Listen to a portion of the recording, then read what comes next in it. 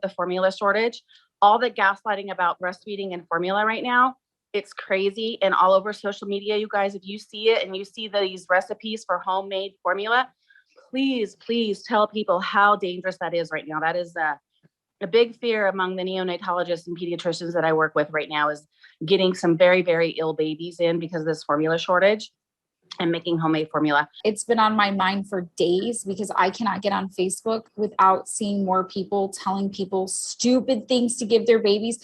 And I'm like, okay, first off, if we were doing homemade recipes, why weren't we doing them before? Like, obviously we're not doing homemade recipes for a reason, and people want to argue with me about it. And I just keep thinking, how many babies are going to suffer from, like, yes, we have a shortage, but I do know people are bringing up, contact your pediatrician, and also hospitals. There is ways and there is things that are happening within communities where they're saving, they're coming up with ways to make sure that babies are being fed. Don't make your own stuff at home. It's terrible and so scary. So you're risking dehydration, you're risking electrolyte imbalances, you're risking gastrointestinal disease, which will lead to dehydration. You're looking at fat to carbohydrate to protein ratios. It is not safe. And the whole baby boomers are like, well, we did it and we were fine. Well, we didn't have car seats then either, right? And babies died all the time from malnourishment. I hate that. Well, we did it back then and it was good enough for us. No, it wasn't good enough for us. And we changed it, right? And we know better. When we know better, we do better. So I'm seeing people that are like, go to a farm and get raw goat's milk. And I'm like, oh my God, you shouldn't even drink raw goat's milk, but don't give it to a baby. Like, right. It's just, I keep fighting it every day on social media. I keep posting scientific things. And of course they're like, well, you can't trust the CDC. You can't trust the FDA, all of this bad information out there, the BS. We got to keep shouting it out. Contact your pediatrician. If you cannot legit find formula, contact your pediatrician. There are generic formulas that are out there that are just as good. People always want to go with the name brand. Go with a generic in the time being. If you have to go to a different type of formula because it's all you can find, there's ways to do it so it doesn't tax the baby system. You can give 75 of what they're regular and then a quarter of the other. And then the next day go 50-50. And then the next day go 1/4 75 the other way. So it doesn't, kind of like when we do with our pets, right? Same thing. Yeah. Like when we do with our pets. And that way their gut can transition nice and slowly. We actually do that in the hospital. Like we have micro preemies that only get donor milk, but they can't stand donor milk forever. It's way too expensive. So then we that's how we transition them to formula, nice and slow. So if you know that you're running low on that formula and you have to try another type or brand, then you transition it. If your baby's only on breast milk, contact a breast milk bank. There's Texas, and then there's the one in San Jose. If you have the means to do that, contact your pediatrician or go to your WIC office. Even if you don't qualify for WIC, they might be able to give you some resources on how to help you in this crisis. I'm also currently primarily formula feeding mom. I'm a severe underproducer, and that's actually something that devastates me in my experience as a mom. But I've had to accept that formula is how I will keep my child fed and healthy. And so everybody talking about just breastfeed more. I'm like, you don't know how much work I have put into being able to breastfeed more. And my daughter was not healthy when she was a baby. So I have to formula feed, and I have to accept that. What I have found to be extremely helpful throughout this formula shortage is as soon as I buy a container of formula, I have like the Instacart apps and the BJ's app, because we normally feed my son the BJ's brand of the Gentilese formula. And I know they run out of stock of it. And I know sometimes the stock is claimed before it even reaches the floor.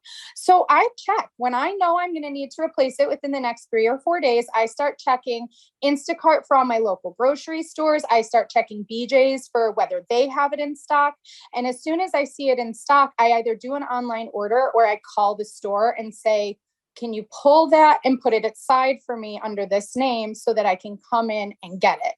It's extremely stressful. And I know a lot of people don't have the means. Like a lot of people have to pay cash for their things and they can't do Instacart orders or pay or higher fees for it. But if you can start finding a way to track where the stock is in your community, it takes so much of the stress off of you because you at least know where you're going to go to get your next container of formula. And it might only bring you relief for a few days, but it's relief. And you need every ounce of relief. If you have a baby that's in the age group of drinking formula for nutrition, you need every piece of relief that you can get. And I have had times where it's hard for me to find it. And I have to like check the BJ's that's up by my mom's work versus the one that's near my house and be like, swing by, pick it up. But we always find it eventually. And we don't have to think about raw goat's milk. Right. And the one other thing that just came to my mind too is do not dilute your formula.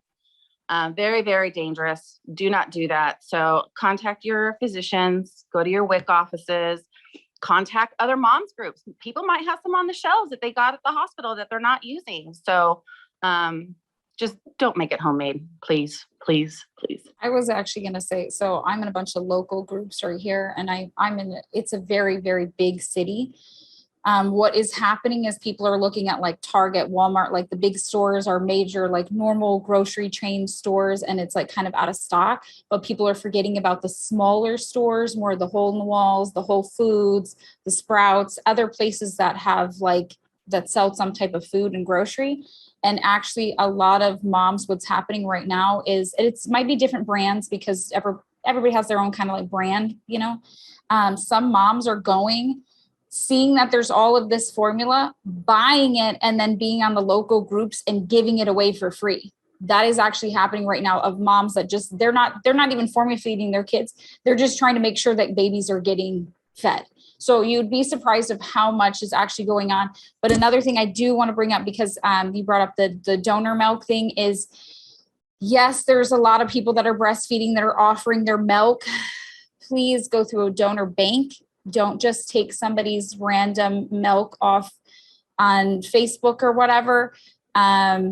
Like, let's just not. They get screened. They do things in a certain way. You know, that's how you want to do things, because you don't really know where somebody might have the best intentions, but you really just don't know where the milk is coming from. You know, so I would say like contact your doctors, your hospitals, all the local people to kind of go through there. And I'm sure we got more local bank stuff going on, because I know from having my last one, they had like a local donor milk bank, and they actually gave the milk to the hospitals and to the pediatricians and all this stuff. So I'm sure, and especially in like bigger cities, that they do it, or other areas. So I know that they have it. I actually will be having my little one in a little bit. And if I'm still on the road of like I was before and I'm breastfeeding, I will be donating, but I will be going through a bank. I'm not going to hand it out random.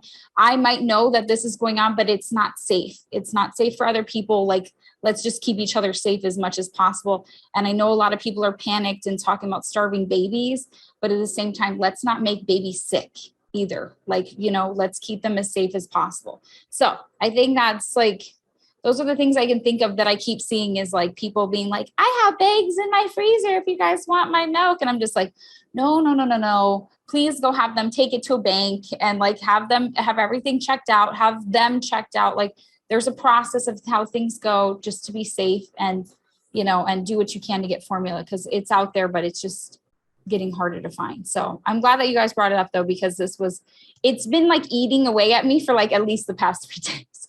And even it's getting to the point that even my husband's talking about it, where he's like, have you looked at these recipes online? If he's seeing them, that's how bad it is of these people with some of the stuff that's on their recipes. I'm like, we don't even eat that. Like, we don't even consume that with whatever. Why are we going to give it to our baby who's harder to digest things? And, you know, I was like, no, that's scary.